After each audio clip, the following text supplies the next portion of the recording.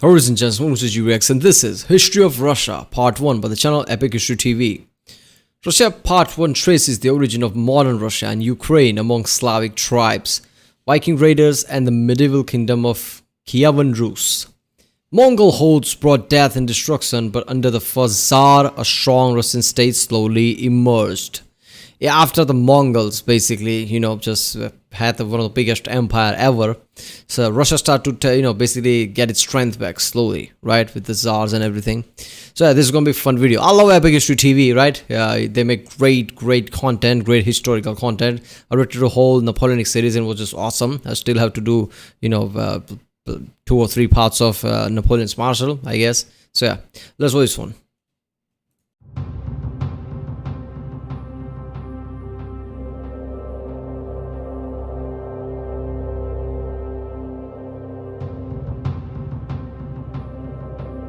For thousands of years, the lands known today as Russia and Ukraine were inhabited by nomadic tribes and mysterious Bronze Age cultures.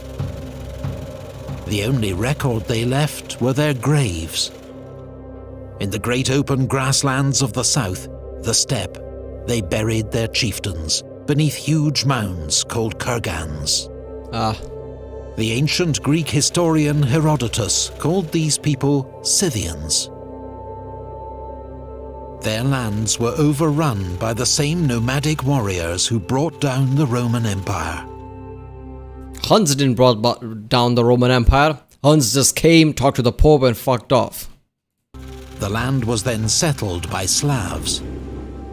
They shared some language and culture, but were divided into many different tribes. Vikings from Scandinavia, known in the east as Varangians, rode up Russia's long rivers on daring raids and trading expeditions.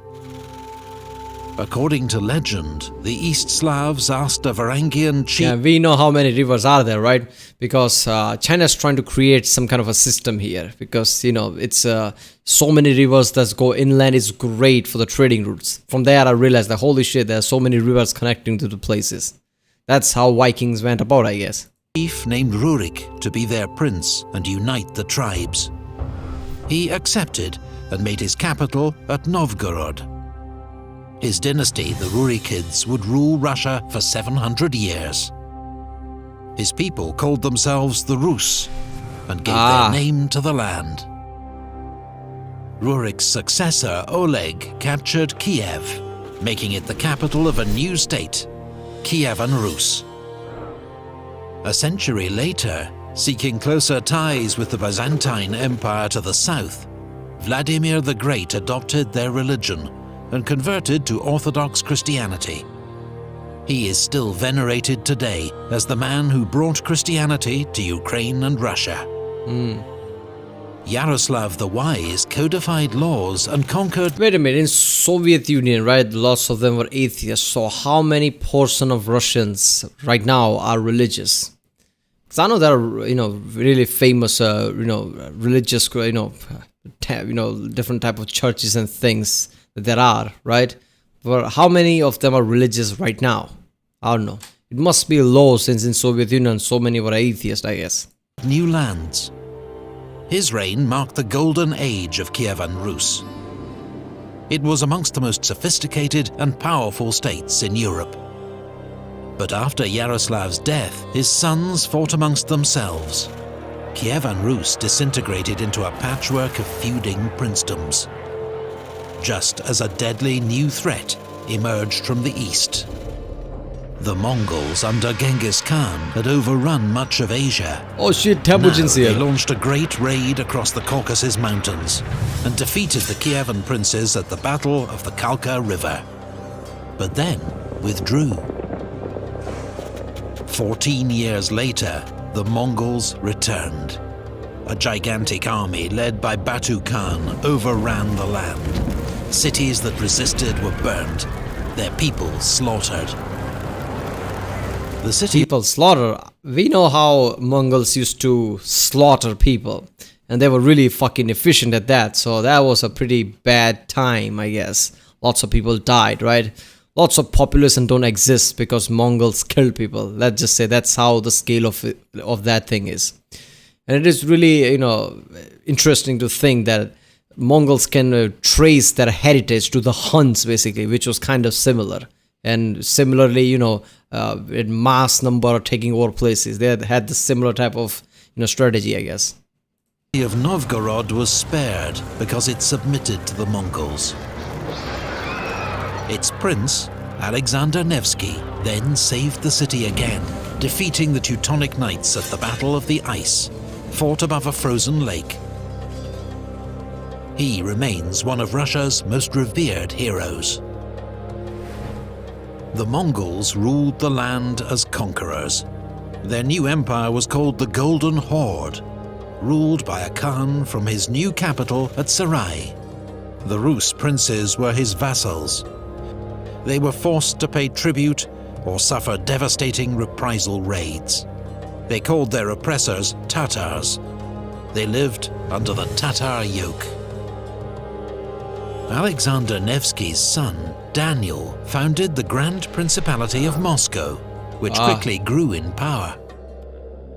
Under the great Uzbek Khan, the Tatars converted to Islam. A rising power, the Grand Duchy of Lithuania defeated the Tatars at the Battle of Blue Waters and conquered. So Mongols were not, Islamic from the start, huh? I mean, yeah, kind of makes sense with everything that I've seen about in Mongols. But yeah, along the way they did. Kiev. 18 years later, Dmitry Donskoy, Grand Prince of Moscow, also defeated the Tatars at the Great Battle of Kulikova Field.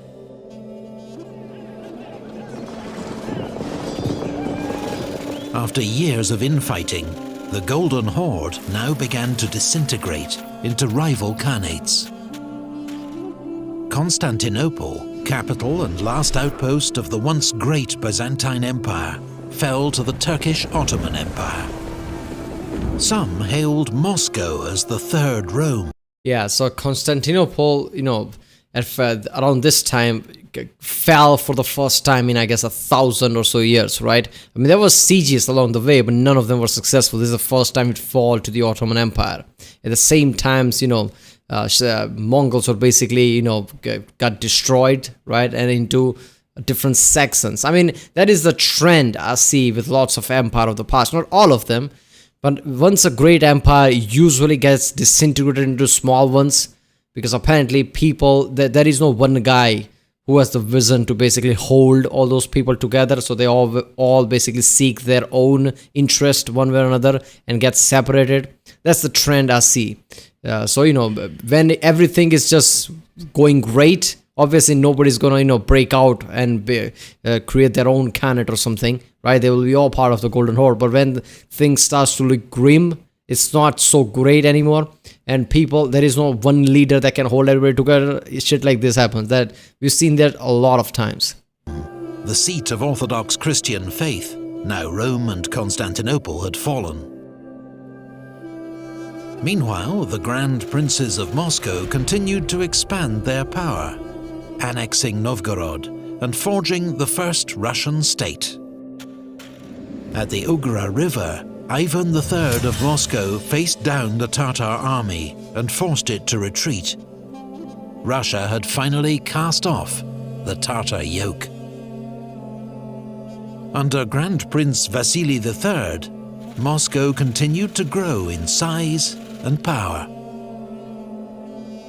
His son, Ivan IV, was crowned the first Tsar of Russia.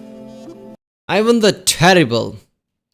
So let me get this straight. Either he wasn't a good ruler, that's why he's the Terrible, or he was really brutal, that's why his name is the Terrible. I guess we'll see. He would be remembered as Ivan the Terrible. Ivan conquered Tatar lands in Kazan and Astrakhan, but was defeated in the Livonian War by Sweden and the Polish-Lithuanian Commonwealth. Ivan's modernizing reforms gave way to a reign of terror and mass executions, fueled by his violent paranoia. Russia was still vulnerable. Raiders from the Crimean Khanate were... Yeah, there you go. That's why he was the Terrible, because, his ideas were fucked up. But at least history tells us that sometimes fucked up people like that comes, Ivan the Terrible. At least they're fucked up enough to defeat their enemy and take over some land. So I guess, I don't know, Russia at least gained some land from the basically Tatars. Able to burn Moscow itself. But the next year, Russian forces routed the Tatars at Molody, just south of the city. Cossacks now lived on the open steppe, a lawless region between three warring states. They were skilled horsemen who lived freely and were often recruited by Russia and Poland to fight as mercenaries. Ivan the Terrible's own son, the Tsarevich, fell victim to one of his father's violent rages, bludgeoned to death with the royal scepter. What? Guy's crazy. The Cossack adventurer Yermak Timofeyevich led the Russian conquest of Siberia, defeating Tatars and subjugating indigenous tribes. In the north, Arkhangelsk was founded, for the time being Russia's only seaport linking it to Western Europe, though it was icebound in winter. Ivan the Terrible was succeeded by his son, Fyodor I, who died childless. It was the end of the Rurikid dynasty. Oh, okay. Ivan's advisor, Boris Godunov, became Tsar. But after his sudden death, his widow and teenage son were brutally murdered, and the throne seized by an impostor claiming to be Ivan the Terrible's son. He too was soon murdered. Russia slid into anarchy, the so-called Time of Troubles. Rebels and foreign armies laid waste to the land, and the population was decimated by famine and plague. Polish troops occupied Moscow. Swedish troops seized Novgorod.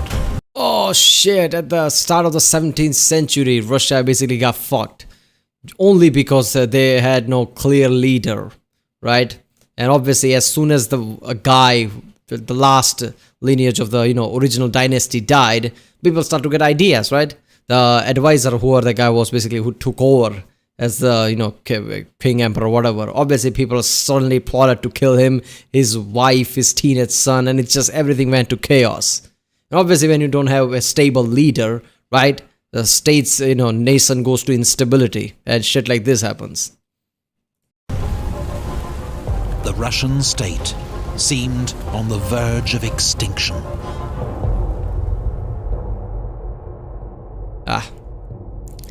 Alright, so I guess Rus dynasty, right, which ended, we just saw with the last guy. After that, everything fell apart. But at least, this gives me one answer, like why Russia is, so wide from, west to east the way it is right now. It's because around the Moscow, obviously, that's where it first started, right? The Russia first started there. But it started to expand in the east because of the Mongols. Because Mongols were there, there was, basically fighting and just, Russian kings basically just, drive them off and just took all lands and just expanded into the east. So Mongol is the reasons that why, Mongols are the reason why the Russia is so wide like that. Damn. All right. And in 17th century, Russia fell into anarchy, I guess.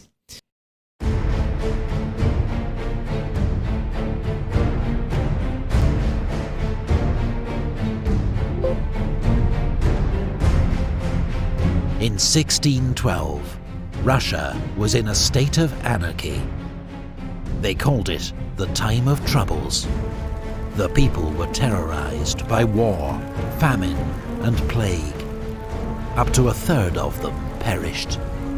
Foreign troops occupied Moscow, Smolensk, and Novgorod. But then, Russia fought back. Prince Pozharsky and a merchant, Kuzma Minin, led the Russian militia to Moscow and threw out the Polish garrison. Since 2005, this event has been commemorated every 4th of November as Russian National Unity Day.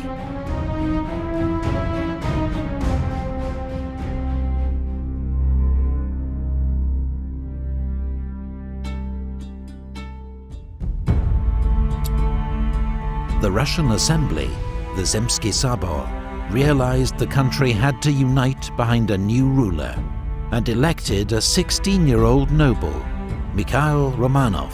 Yeah, I forgot that. In the last part, yeah, the lineage that basically founded the Russia died out, right? And after that, anybody who came was just assassinated and everything just went to chaos.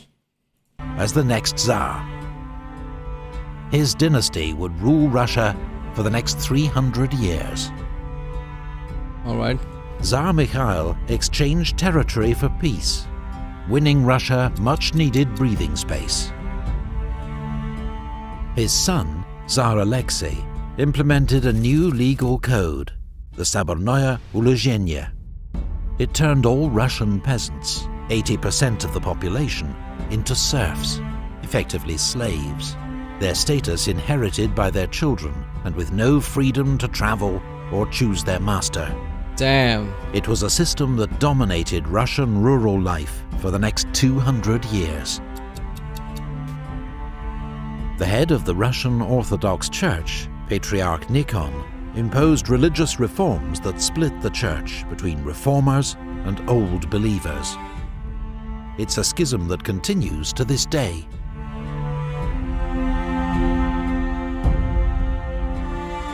Ukrainian Cossacks, rebelling against the Polish-Lithuanian Commonwealth, recognized Tsar Alexei as overlord in exchange for his military support. It led to the 13 Years' War between Russia and the Polish-Lithuanian Commonwealth. Russia emerged victorious, reclaiming Smolensk and taking control of eastern Ukraine. A revolt against Tsarist government, led by a renegade Cossack, Stenka Razin, brought anarchy to southern Russia. It was finally suppressed. Razin was brought to Moscow and executed by quartering. The sickly but highly That's kind of fucked up, isn't it? I mean, you're gonna have this Cossacks basically aligned with Russia. Then one of the Cossacks causes this kind of issues, right? Fighting like that. I'm surprised how all the people in Russia is like, oh, that was a mistake. This is all every Cossack's fault or something like that. educated Fyodor III passed many reforms. He abolished Mesnichestva, the system that had awarded government posts according to nobility rather than merit, and symbolically burned the ancient books of rank. But Fyodor died aged just 19. What? His sister Sophia became Princess Regent, ruling on behalf of her younger brothers, the joint Tsars Ivan V and Peter I. After centuries of conflict, Russia and the Polish-Lithuanian Commonwealth signed a Treaty of Eternal Peace. Russia then joined the Holy League in its war against the Ottoman Empire. Sophia's reign also saw the first treaty between Russia and China, establishing the frontier between the two states. Okay, so this dynasty, at least, doing some pretty important shit. Fyodor basically made sure that, it's no longer just nobility, it's enough of that shit. It's based on merit, which is good, right? And Sophia is signing lots of, peace treaties here and there, which is also good for stability. Yeah, there we go. At age 17, Peter I seized power from his half-sister Sophia. Peter became the first Russian ruler to travel abroad. He toured Europe with his Grand Embassy, seeking allies for Russia's war against Turkey, and learning the latest developments in science and shipbuilding. Yeah. Science, I thought he was just learning about trade, right? As far as I remember, he was learning about trade. So then he later on takes over the Black Sea, right? Because trading is pretty fucking important if you want to save your economy. And if you have access to Black Sea and you know how to, trade and shipbuilding and everything, it's just perfect. The war against Turkey was successfully concluded by the Treaty of Constantinople. Russia gained Azov from Turkey's ally, the Crimean Khanate, and with it, a foothold on the Black Sea. There you go. Peter made many reforms, seeking to turn Russia into a modern European state. He demanded Russian nobles dress and behave like Europeans. He made those who refused to shave pay a beard tax. Peter built the first Russian navy, reformed the army and government. I guess he did that because Russia is literally at the edge of the European side, right? So he didn't want every other European country to look down on Russia like this. That's not part of Europe, right? That's not part of it. That's more like China, Asia type of country now. It's not much of European country. He didn't want people to think that. That's why he made sure that everybody blends in with the Europeans. Because you can't do trade and, have a good relation with them if they don't think you as one of them, I guess. I'm guessing it might be that reason. And promoted industry, trade, and education. In the Great Northern War, Russia, Poland, Lithuania, and Denmark took on the dominant power in the Baltic, Sweden. Yeah, dominant power because of the, younger king who was badass basically, who died tragically, but yeah, he was really badass though. The war began badly for Russia with a disastrous defeat to Charles XII of Sweden at Narva. But Russia won a second Battle of Narva, before crushing Charles XII's army at the Battle of Poltava. On the Baltic coast, Peter completed construction of a new capital, St. Petersburg. The building of what would become Russia's second largest city among coastal marshes was a remarkable achievement, though it cost the lives of many thousands of serfs. The Great Northern War ended with the Treaty of Neustadt. Russia. Yeah, I don't know who said that, but it was one of the comedians who said that. Like, if you can throw death and suffering of slaves, humans can achieve incredible feats, right? I mean, that's just fucked up. Gains at Sweden's expense made it the new dominant Baltic power. 4 years before his death, Peter was declared Peter the Great, father of his country, Emperor of all the Russias. That's it? No, there is.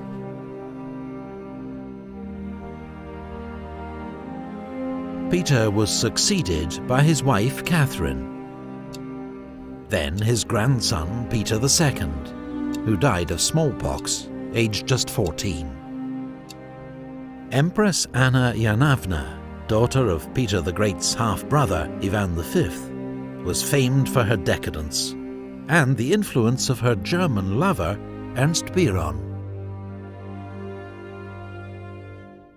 During Anna's reign, Vitus Bering, a Danish explorer in Russian service, led the first expedition to chart the coast of Alaska. He also discovered the Aleutian Islands, and later gave his name to the sea that separates Russia. Yeah, why not just go there and swim, I guess? I know that's stupid to say, but still, look at how close that is. And America. After Anna's death, her infant grandnephew Ivan VI was deposed by Peter the Great's daughter Elizabeth. Ivan VI spent his entire life in captivity. Until age 23, he was murdered by his guards during a failed rescue attempt. Poor kid. Elizabeth, meanwhile, was famed for her vanity, extravagance, and many young lovers. But she was also capable of decisive leadership. In alliance with France and Austria, Elizabeth led Russia into the 7 Years' War against Frederick the Great of Prussia. The Russian army inflicted a crushing defeat on Frederick at the Battle of Kunersdorf, but failed to exploit its victory. Meanwhile, in St. Petersburg, the Winter Palace was completed at vast expense. It would remain the monarch's official residence right up until the Russian Revolution of 1917. There you go. Peter III was Peter the Great's grandson by his elder daughter Anna Petrovna, who died as a consequence of childbirth. Raised in Denmark, Peter spoke hardly any Russian, and greatly admired Russia's enemy, Frederick the Great. So he had Russia swap sides in the 7 Years' War, saving Frederick from almost certain defeat. Peter's actions angered many army officers. Yeah, Peter III, basically we saw that in Catherine the Great video from Extra Credits, right? Extra Credits, yeah. He was a moron, basically. I've never come across any king, emperor, whatever, who was this incompetent, because he made so many mistakes that, any average guy in his place wouldn't have, right? I don't know. It was way too easy for Catherine to take over. And he'd always been despised by his German wife, Catherine. Together, they deposed Peter III, who died a week later in suspicious circumstances. His wife, Catherine, became Empress of Russia. Her reign would be remembered as one of Russia's most glorious. Yeah. Epic History TV depends on donations from its fans through its Patreon page. Please click the link. Yeah, I mean, seriously, this channel is so good, right? Look at the music and everything. I'm surprised this doesn't go over 1 million views. This video is from 2016. This channel is underrated, of the big channels, let's just say. I love this channel, everything about it. Yeah, Catherine the Great, I guess we're going to see that in the next part. How she is going to, I guess, dominate lots of area. I don't remember exactly. Isn't she the one who also, I guess, make sure the Poland doesn't exist, right? She and all the other countries combined basically consumes Poland, right? I don't know. Yeah, but Poland has been, really bad side of history a lot of times, let's just say.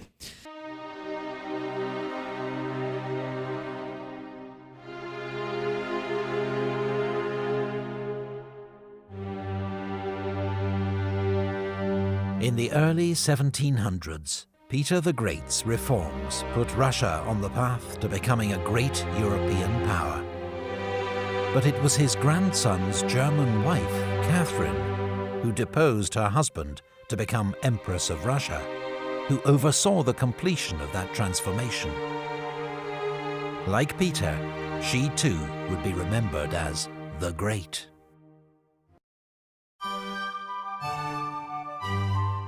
She also admired Peter the Great, right? If I remember correctly.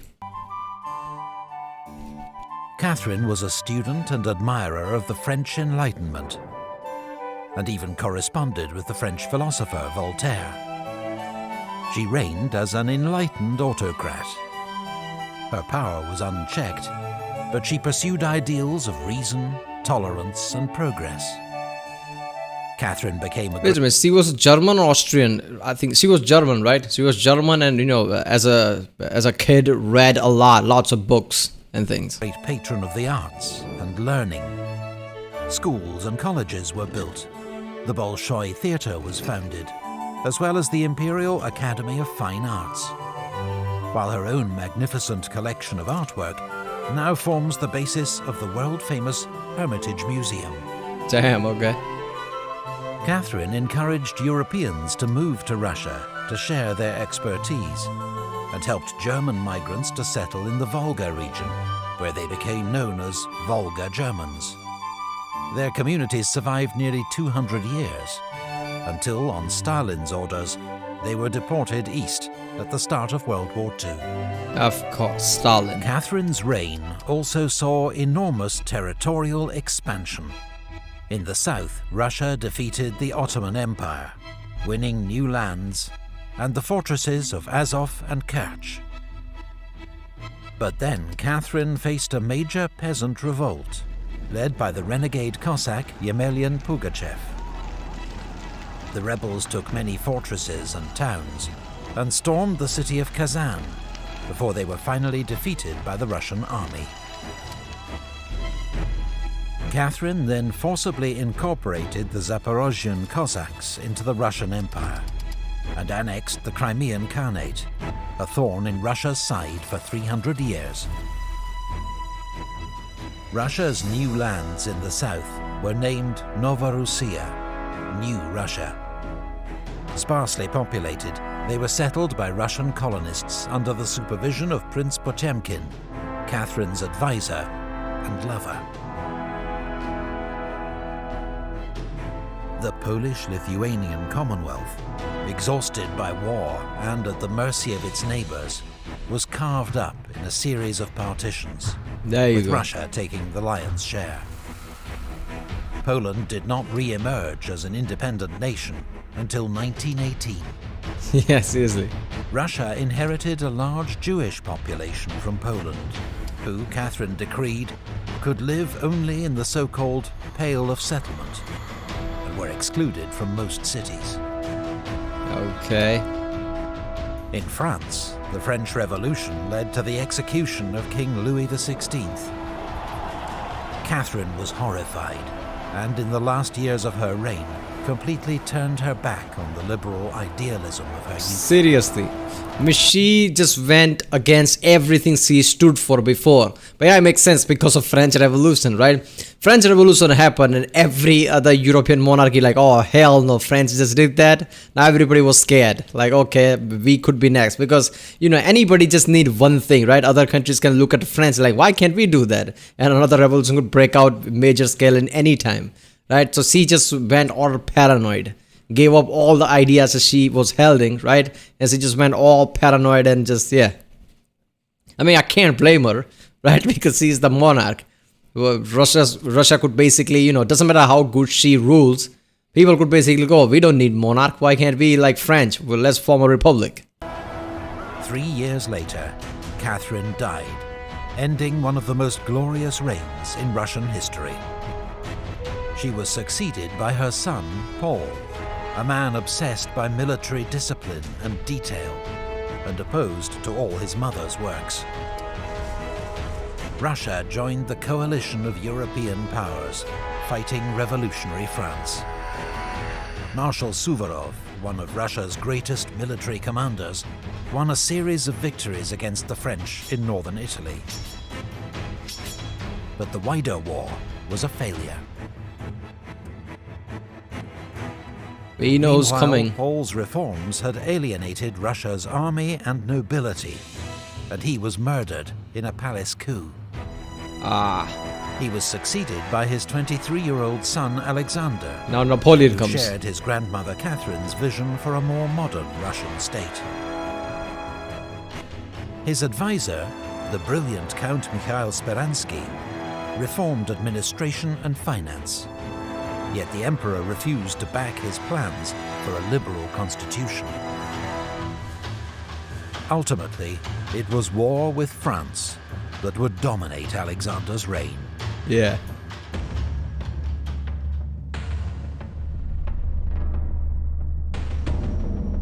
France had a new emperor, Napoleon Bonaparte, who inflicted a series of defeats on Russia and her allies at Austerlitz, Eylau, and Friedland. But at Tilsit in 1807, the two young emperors met and made an alliance. Russia attacked Sweden, annexing Finland, which became an autonomous Grand Duchy within the Russian Empire. Oh yeah. But then, in I just saw the Geography Now video of Finland in which he talks about that, right? They annexed this and also this small area here that belongs to Sweden. 1812, Napoleon invaded Russia. At Borodino, French and Russian armies clashed in a gigantic battle, Oh, one of the horror bloodiest so of the starts. age. Napoleon emerged victorious, but the Russian army escaped intact. Napoleon occupied Moscow, which was destroyed by fire. And when Alexander refused to negotiate, the French army was forced to make a long retreat through the Russian winter. I'm not gonna lie, you know, Alexander the First, right? He was pretty significant in a way because he did something that most people wouldn't, right? He stuck to his, I guess his tactics. He didn't give up to, I guess, Napoleon. Napoleon took over Moscow. Any other leader of time would be like, okay, I guess I have to, talk peace treaty or something, right? I have to give up in certain way. No, he just ran away, right? He just ran away. He didn't give up, which was pretty significant because this is the point when Napoleon started to lose, and in the end Napoleon will lose because of this. So this is pretty significant decisions by Alexander the First. I don't think he gets much credit for it. It's just, yeah, Alexander First. He was a guy, basically a Tsar of Russia or something during the Napoleonic times. No, because of him, Napoleon started to lose. Because if he had give up like Napoleon wanted him to do around Moscow, the winter wouldn't have been such a problem for Napoleon. But he didn't give up.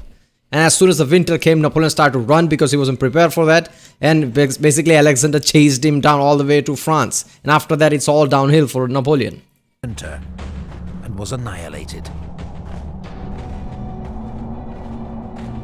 Napoleon had been dealt a mortal blow. Yeah, seriously, out of 500,000 soldiers, only 30-40,000 survived. And Russia, alongside Prussia, Austria and Britain, then led the fight back, which ended in the capture of Paris and Napoleon's abdication. At the Congress of Vienna, as part of the spoils of war, Alexander became King of Poland.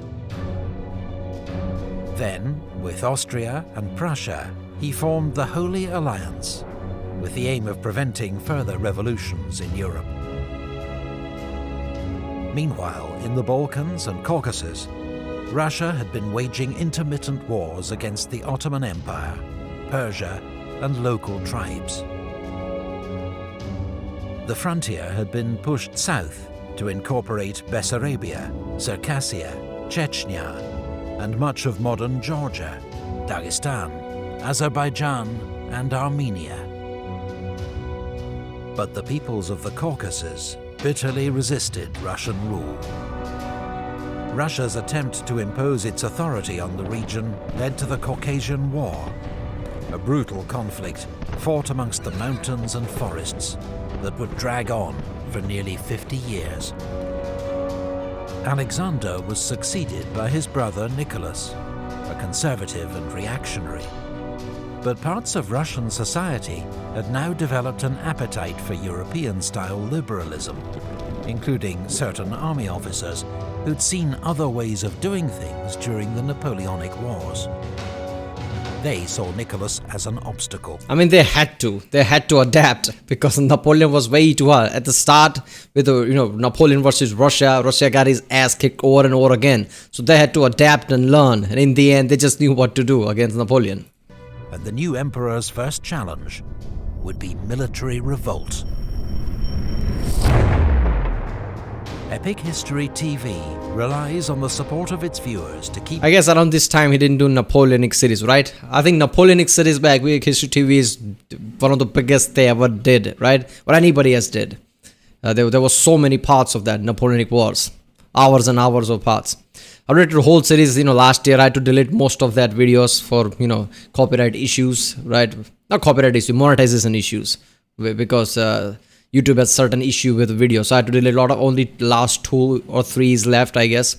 One of them is also with the Russian campaign, which was a horror show, right? Epic History covered that in detail, which was just fucked up. How Napoleon basically got his ass kicked because Alexander didn't give it up.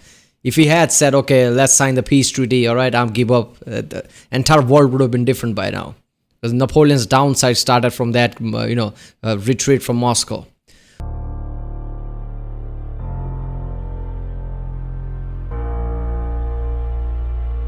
(1825). Victory over Napoleon had confirmed Russia's status as a world power. But there was discontent within Russia amongst intellectuals and army officers, some of whom had formed secret societies to plot the overthrow of Russia's autocratic system. When Emperor Alexander was succeeded, not as expected by his brother Constantine, but by a younger brother Nicholas, one of these secret societies used the confusion to launch a military coup. But yeah, Alexander the What, I don't know why I didn't remember his name. He was pretty significant because of the Napoleonic Wars. Decembrist revolt, as it became known, was defeated by loyalist troops, and the ringleaders were hanged. Others were sent into internal exile in Siberia. This was to become a common sentence for criminals and political prisoners in Tsarist Russia. Seriously, I mean that's even Stalin did that shit. If you fuck up in Russia, I guess, or piss off the right people, off to Siberia. Nicholas went on to adopt an official doctrine of orthodoxy, autocracy, and nationality. The state was to rest on the pillars of church, Tsar, and the Russian national spirit, a clear rejection of the values of European liberalism. In the Caucasus, border clashes with Persia led to a war which ended in complete Russian victory. The Treaty of Turkmenchai forced Persia to cede all its territories in the region to Russia and pay a large indemnity. Russian support for Greece in its war of independence against the Ottomans led to war between Russia and the Ottoman Empire. Russian victory brought further gains in the Black Sea region. A Polish revolt, led by young army officers, was crushed by Russian troops. Alexander Pushkin, Russia's greatest poet, was shot in a duel, and 2 days later died from his wounds. Duel was ridiculous, right? That this has been a trend for a long time. Oh, I shall challenge you a duel, sir, and they just pull out their gun and actually kill each other, and that's legal, I guess. Imagine if that shit happened today. I mean, which is the city in United States, right? Is it Chicago, or I don't know? Which is the city where technically this law still applies of duel? So somebody just starts brawl or something, right? Police are not supposed to intervene or something like that. I mean, it's not hard rule, but police usually go along with that, right? I don't know which city was that. I think I heard it from John Oliver. So I'm pretty sure there's a city where that kind of thing happens. And you always see these drunk two people fighting while police are just standing there watching. That's just fucked up. Nicholas sent troops to help put down a Hungarian revolt against Austrian rule. The emperor's willingness to help suppress liberal revolts won him the nickname the gendarme, or policeman, of Europe. Damn. Russia's first major railway was opened, connecting St. Petersburg. Can we just look at this shit? This is Europe, right? United Kingdom, France, Prussia at the time, all the different countries, Sweden, and look at the size of Russia. Holy shit. They consumed so many countries around this time. How big they were. No shit, they were a powerhouse. The nickname. Russia's first major railway was opened, connecting St. Petersburg and Moscow. Yeah. Alexander Herzen, a leading intellectual critic of Russia's autocracy, emigrated to London, where he continued to call for reform in his homeland. He'd later be described as the father of Russian socialism. The Ottoman Empire, now known as the sick man of Europe, reacted to further Russian provocations by I think that's how they declaring would war. call it. The Russian Black Sea Fleet inflicted a crushing defeat on the Turks at the Battle of Sinope. But Britain and France, alarmed at Russia's southern expansion and potential control of Constantinople, declared war on Russia. Hold up, Britain and France, were they ally of Ottoman Empire at the time, or were they not? Because if they were, that's kind of understandable. But if they were not ally of Ottoman Empire at the time, I don't know, I'm pretty sure they were not, right? I don't think Britain and France was an ally of Ottoman Empire. If that's the case, how do you justify it? Just because we don't want Moscow in Russia to take over Constantinople, we are going to attack Russia. Is that it? That's all justification you need? The Allies landed troops in Crimea and besieged the naval base of Sevastopol, which fell after a grueling year-long siege. In the Baltic, British and French warships blockaded the Russian capital, St. Petersburg. Yeah, that's the thing, right? Doesn't matter how big you get. You can't go against the war with Britain, right? Because doesn't matter what. When it comes to seas, naval warfare, nothing touches Britain. And the biggest issue is everywhere there is water touching land, right? You can go to Black Sea, you can go to St. Petersburg. Water is everywhere. That's the one constant in the entire planet. And if you dominate the waters, I mean, you are really a powerhouse, which Britain was. So every time Britain gets into any war, right, there were so many tactics to suppress the enemy, like doing shit like this. I haven't reacted to any Crimean War, so I really have no idea about Crimean War. But I know it's a big thing, and there are lots of good series about Crimean War. Yeah, in YouTube, basically with different channels.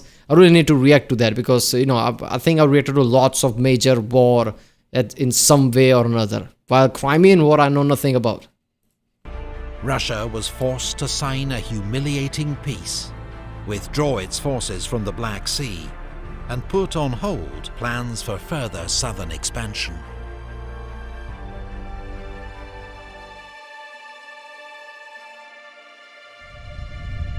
Nicholas I was succeeded by his son, Alexander II.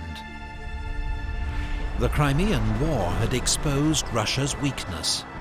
The country lagged far behind its European rivals in industry, infrastructure, and military power.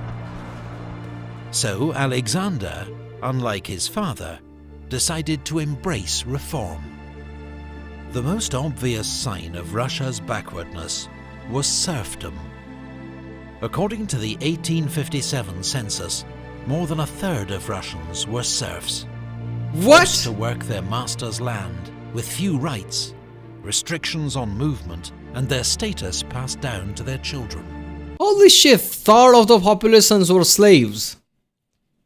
Damn, that is something. They were slaves in all but name. In 1861, Alexander II abolished serfdom in Russia. He was hailed as the liberator. But in reality, most former serfs remained trapped in serfdom. So I guess Alexander I made sure that Napoleon doesn't win. Alexander II made sure the slavery is no longer in Russia, I guess. Abe Lincoln of Russia, apparently. Servitude and poverty. Yeah, that is that. Alexander's reforms would continue with the creation of the Zemstva, provincial assemblies with authority over local affairs, including education and social welfare. In the Far East, Russia forced territorial concessions from a weakened China, leading to the founding of Vladivostok, Russia's major Pacific port. Another uprising. This is just ridiculous, man. When it comes to Russia, nothing comes close to this. Another. Look at that. This is whole Russia. It touches all the way to Arctic Circle, right? Black Sea. Fuck it, near Japan too. Vladivostok. It goes all the way to Alaska. How spread out Russia is, seriously. I mean, it's ridiculous. I'm pretty sure, there has to be a video somewhere, I guess real life lore or something, who tells you how many countries does Russia borders. Because it must be many. It's China, probably North Korea too, I'm pretty sure. Right? Mongolia, lots of Europe. Holy shit. Also some of the Middle East countries. Uprising by Poles and Lithuanians against Russian rule was once more crushed by the Russian army. In the Caucasus, Russia's long and brutal war against local tribes came to an end, with their leaders swearing oaths of loyalty to the Tsar. In Central Asia, the Russian Empire was gradually expanding southwards. Russian armies defeated the Emirate of Bukhara and the Khanate of Khiva, and by the 1880s, Russia had conquered most of what was then Turkish. Oh, holy shit, they came very close to India, man. I think that's Pakistan, right? called Turkestan. Today, the countries of Kazakhstan, Uzbekistan, Kyrgyzstan, Tajikistan, and Turkmenistan. Ah, Imperial rivalry in Central There you Asia go. between Russia yeah, this is Pakistan here, obviously. Obviously, at the time it wasn't. This is 1865. So they came very close to British India at the time. and Britain led to the Great Game, a 19th century version of the Cold War.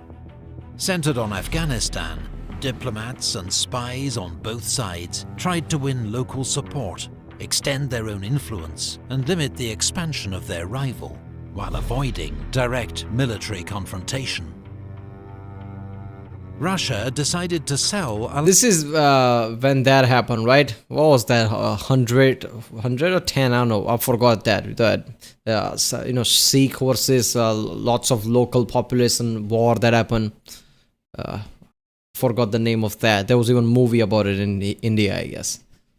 There's a video I reacted to that from Extra Credits. I think it happened around this. So it was Russia versus India, British India. That was it. Damn. Alaska to America for $7.2 million. Look at that reach. Even they're like, fuck it. We have way too many land. Let's give Alaska to them. We don't need that. Many Americans thought it was a waste of money. Gold and oil were only discovered there much later. Yeah, oil. There's oil there. Leo Tolstoy's War and Peace was published, still regarded as one of the world's greatest works of literature. The late 19th century was a cultural golden age for Russia, a period of literary greats and outstanding composers. Russia, in support of nationalist revolts in the Balkans against Ottoman rule, went to war with the Ottoman Empire once more.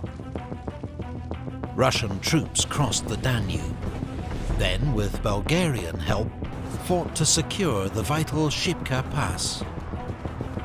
Then they launched a bloody 5-month siege of Plevna in Bulgaria. Russia and her allies finally won victory, with their troops threatening Constantinople itself. But at the Congress of Berlin, Russia bowed to international pressure and accepted limited gains, in a settlement that also led to independence for Romania, Serbia, Montenegro, and later Bulgaria. Everybody's like, okay, Russia, you have way too many land. We can't help that. Right? If you take any more land, you'll be, we'll see you as a threat, basically. We have to go to war with you. So I guess you have to come to this agreement and let these certain countries go, because you already have way too much land. I think that's what happened there. Meanwhile, within Russia, radical political groups were increasingly frustrated by Alexander II's limited reforms. There were several failed attempts to assassinate the emperor, but as he prepared to approve new constitutional reforms, he was killed in St. Petersburg by a bomb thrown by members of the People's Will, one of the world's first modern terrorist groups. Oh yeah, we saw that in a simplified video, right? And then Nicholas, the tragic last Tsar, I guess, is gonna come. This act of violence would lead only to a new era of repression. Did you know all Epic History TV videos are made by just one person? It is surprising only one person made this video. Yeah, so now the last Tsar comes Nicholas, the tragic guy who didn't know much, right? I mean, Alexander II, as far as I remember, sent him to Japan and just kept him, I guess, at the arm's length, right? As far as I remember, he didn't know shit, right? When he came to, even he realized that I don't know shit how to run a country, but I'm gonna try my best. But we all know that's not gonna work out, because he's gonna fuck up in World War I. In the end, by the Soviets, his family is gonna get murdered really brutally, which is really fucked up. But yeah. Alright people, that was History of Russia part 4. I guess only last part remains, part 5 after this. Damn. Yeah, Epic History TV is just great. I love how, the epic way, basically. Right? Epic way that they portray every small part here and there. I'm sure lots of this is just simplification, because they can't just talk about it. Is this 10 minutes video in 5-part series of the entire history of Russia. But I guess they do a really good job. In 1881, Russian Emperor Alexander II was assassinated by left-wing terrorists in St. Petersburg. Oh yeah, this was part of our simplified video, right? Look what they did to me, boy. That's Alexander II. But he was good Tsar, wasn't he? Apart from not basically making sure his kid grows up right. He was a terrible parent, but he was a good Tsar, because he made so there is no slavery and things like that. So yeah. Today, the place where he was fatally wounded is marked by the magnificent Church of the Saviour on Spilled Blood. Alexander II had been a reformer, hailed as the liberator for freeing Russia's serfs. But his son and successor Alexander III believed his father's reforms had unleashed dangerous wait a minute, I'm forces. mixing him up. What?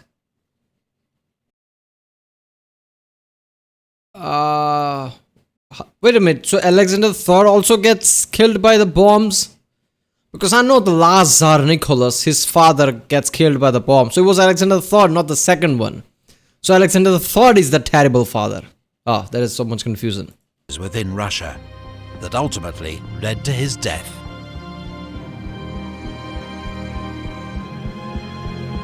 As emperor, he publicly vowed to reassert autocratic rule, declaring that, in the midst of our great grief, the voice of God orders us to undertake courageously the task of ruling, with faith in the strength and rightness of autocratic power.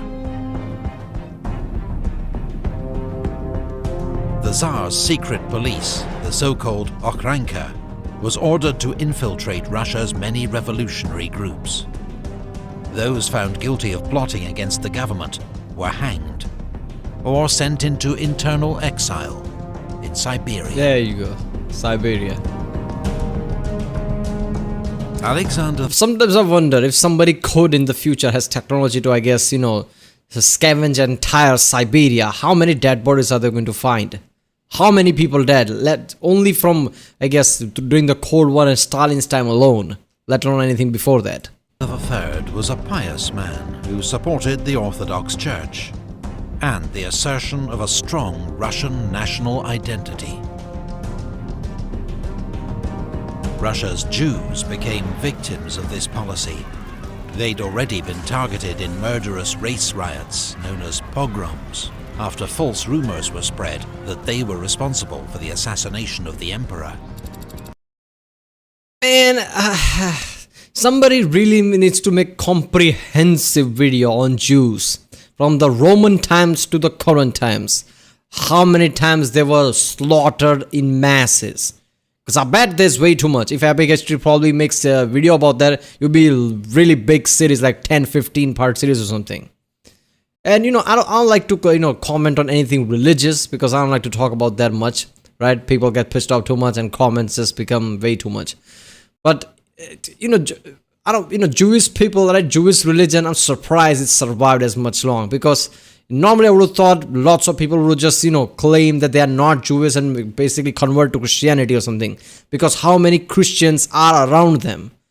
Every Jews are living in massive Christian countries or Christian countries that are around them.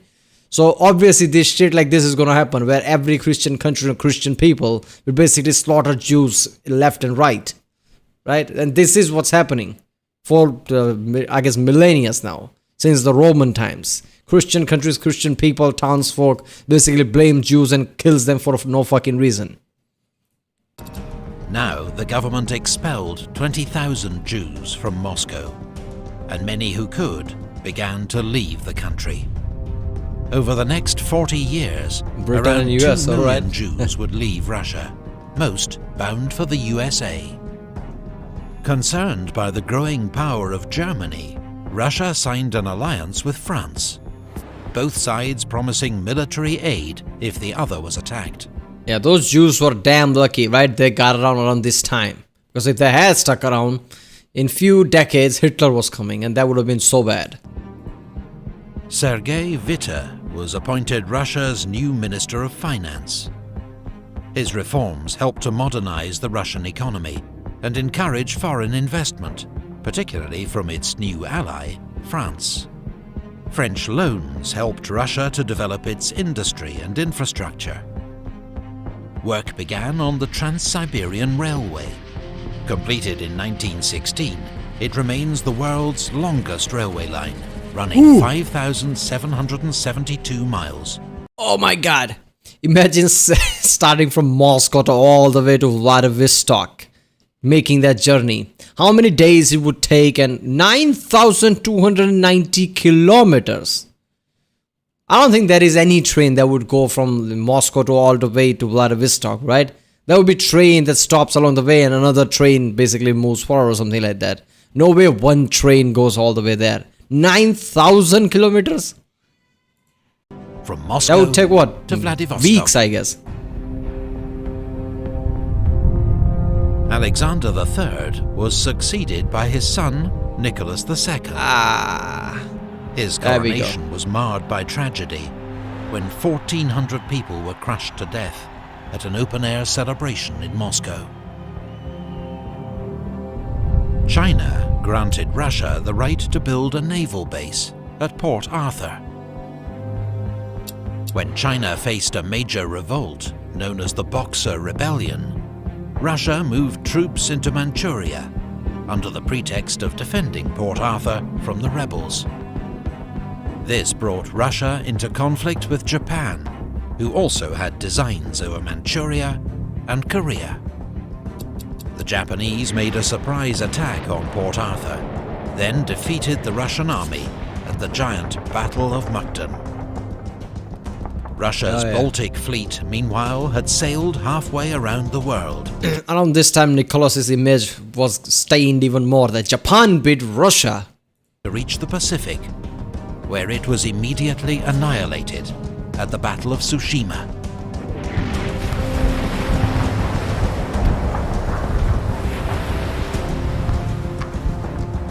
Russia was left with no option but to sign a humiliating peace, brokered by US President Theodore Roosevelt. Meanwhile, the Tsar faced another crisis much closer to home. In St. Petersburg, a strike by steel workers had escalated, and plans were made for a mass demonstration. Tens of thousands of protesters marched to the Winter Palace to present a petition to the Tsar, asking for better workers' rights and more political freedom. But instead, troops opened fire on the crowds, killing more than 100. Because we know that Bloody always Sunday, works. as it became known, led to more strikes and unrest across the country. The crew of the battleship Potemkin mutinied, killing their officers and taking control of the ship. To defuse the crisis, Nicholas II reluctantly issued the October Manifesto, drafted under the supervision of Sergei Witte. It promised an elected assembly and new political rights, including freedom of speech, and was welcomed by most moderates. Russia's first constitution was drafted the next year.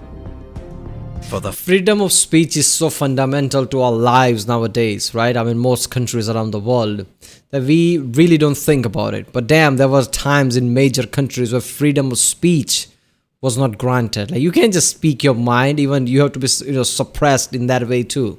Otherwise, you face, real consequences. the first time, the Tsar would share power with an elected assembly, the State Duma, though the Tsar had the right to veto its legislation and dissolve it at any time. Sergei Witte finally lost the Tsar's confidence and was dismissed. The Tsar's new Prime Minister, Stolypin, introduced land reforms to help the peasants, while dealing severely with Russia's would-be revolutionaries, so much so that the hangman's noose got a new nickname, Stolypin's necktie.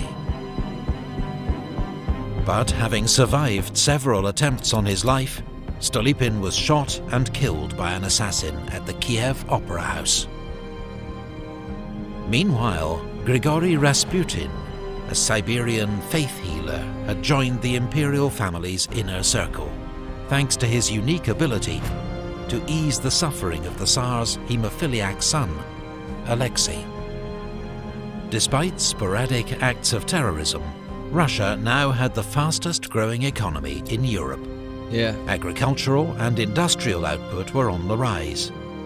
Most ordinary Russians remained loyal to the Tsar and his family.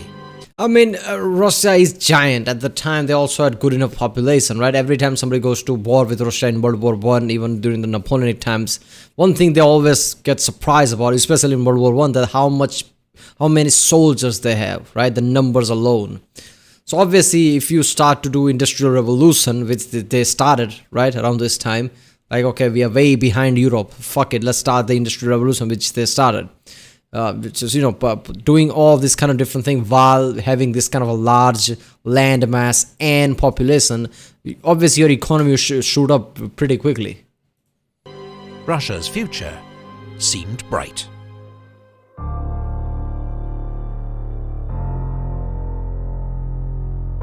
In 1914, in Sarajevo, a Slav nationalist assassinated Archduke Franz Ferdinand, heir to the Austro-Hungarian throne, sparking a European crisis.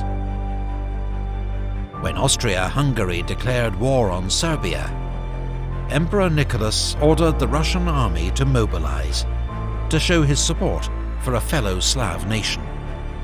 Austria-Hungary's ally, Germany, saw Russian mobilization as a threat. Okay, what would have happened if Tsar Nicholas would have just said, okay, Serbia fucked up by assassinating Archduke, of Austria, regardless of who were those people, they were basically terrorists or whatever. Austrian Archduke got shot in Serbia. It's Serbia's fault or something. They have to make up for it or something. Agree with all the Austrian terms and whatever. We are not going to support you or something like that. What if Russia had done that? What would have happened? Would the World War I would have happened? I don't know. I mean, our war would have happened eventually, right? Because the tensions were high with all the countries. But the excuse wouldn't have been there, right? Maybe Austria would have eventually consumed Serbia, which I don't know how Russia would have just sit back and other countries would have sit back. That's like giving way too much power to Austria. That Serbia is a massive country. Austria would have been nearly doubled by then if they had done that. And Austria and Germany being really good allies, right? Before that they were kind of part of one empire, so really, really good allies. That would have been problematic for many countries. So I don't know how they would have sit back, but just I imagine small parts here and there. Like, what if in World War I Russia would have said, like, this is your fault, we are not going to support you? What would have happened? And declared war.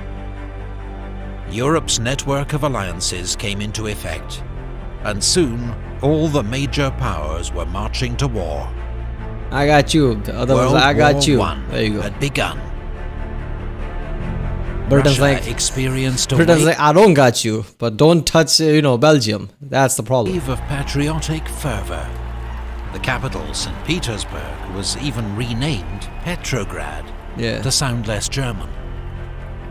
An early Russian advance into East Prussia ended with heavy defeats at Tannenberg and the Masurian Lakes. There was greater success against Austria-Hungary, but that too came at a high price. Russian losses forced the army to make a general retreat in 1915. In 1916, Russia's Brusilov offensive against Austro-Hungarian forces was one of the most successful Allied attacks of the war. But losses were so heavy that the Russian army was unable to launch any more major operations. In Petrograd, Rasputin, whose alleged influence over the Tsar's family was despised by certain Russian aristocrats, was murdered, possibly with the help of British agents.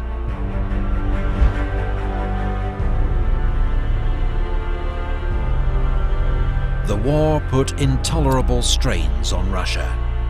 At the front, losses were enormous, while in the cities, economic mismanagement. Wait a minute, Russia was against Germany and Austria in World War I, so they're kind of ally to Britain at that point. So why would Britain agents do anything that would disrupt Tsar's whole life and mentality by killing basically Rasputin there? Why would British agent help that? Because doesn't this weaken Tsar's position? Because Tsar is right now fighting Austria and Germany, right? Which is what Britain, France, everybody wants. Why fuck with that chain? So, the revolution will eventually make sure that, Tsar is killed, right? So Soviets take in power. That's not good for, oral war. I don't know. Management led to rising prices and food shortages. In Petrograd, the workers' frustration led to strikes and demonstrations. Troops ordered to disperse the crowds refused and joined the protesters instead. The government had lost control of the capital. On board the imperial train at Pskov, senior politicians and generals told the emperor he must abdicate, or Russia would descend into anarchy and lose the war. Nicholas accepted their advice and renounced the throne in favour of his brother, Grand Duke Michael, who effectively declined the offer. 400 years of Romanov rule were at an end. Russia was Grand Duke is like, yeah, I know this shit, where this is going. I'm not going there. They'll kill me. now a republic. A provisional government took power, but could not halt Russia's slide into economic and military chaos. Workers, soldiers and peasants elected their own councils, known as Soviets. The Petrograd Soviet was so powerful it was effectively a rival government, especially as discontent with the provisional government continued to grow. The Bolsheviks, under Vladimir Lenin, attracted growing support, with their radical proposals for an immediate end to the war. The Bolsheviks means majority, right? Even though he was minority, he called himself Bolsheviks. Distribution of land and transfer of power to the Soviets. In October, they launched a coup, masterminded by Leon Trotsky. Bolshevik Red Guards stormed the Winter Palace, where the provisional government met, and arrested its members. Lenin and the Bolsheviks were now in charge. Russia had been thrown upon a bold and dangerous course. Under a Marxist-inspired revolutionary party, it would now seek to create the world's first communist state. But first it would have to survive the chaos and slaughter of one of history's bloodiest civil wars.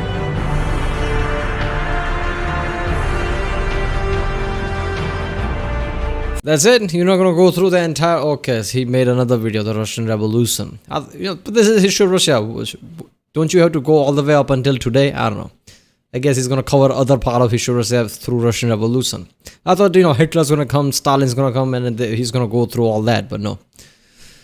Alright, people, that was History of Russia Part 5. Right? I mean, it was a communist Russia, but how communist was that? I mean, really, Lenin and Stalin after that didn't really care about socialism as much as they became more of a dictators, right?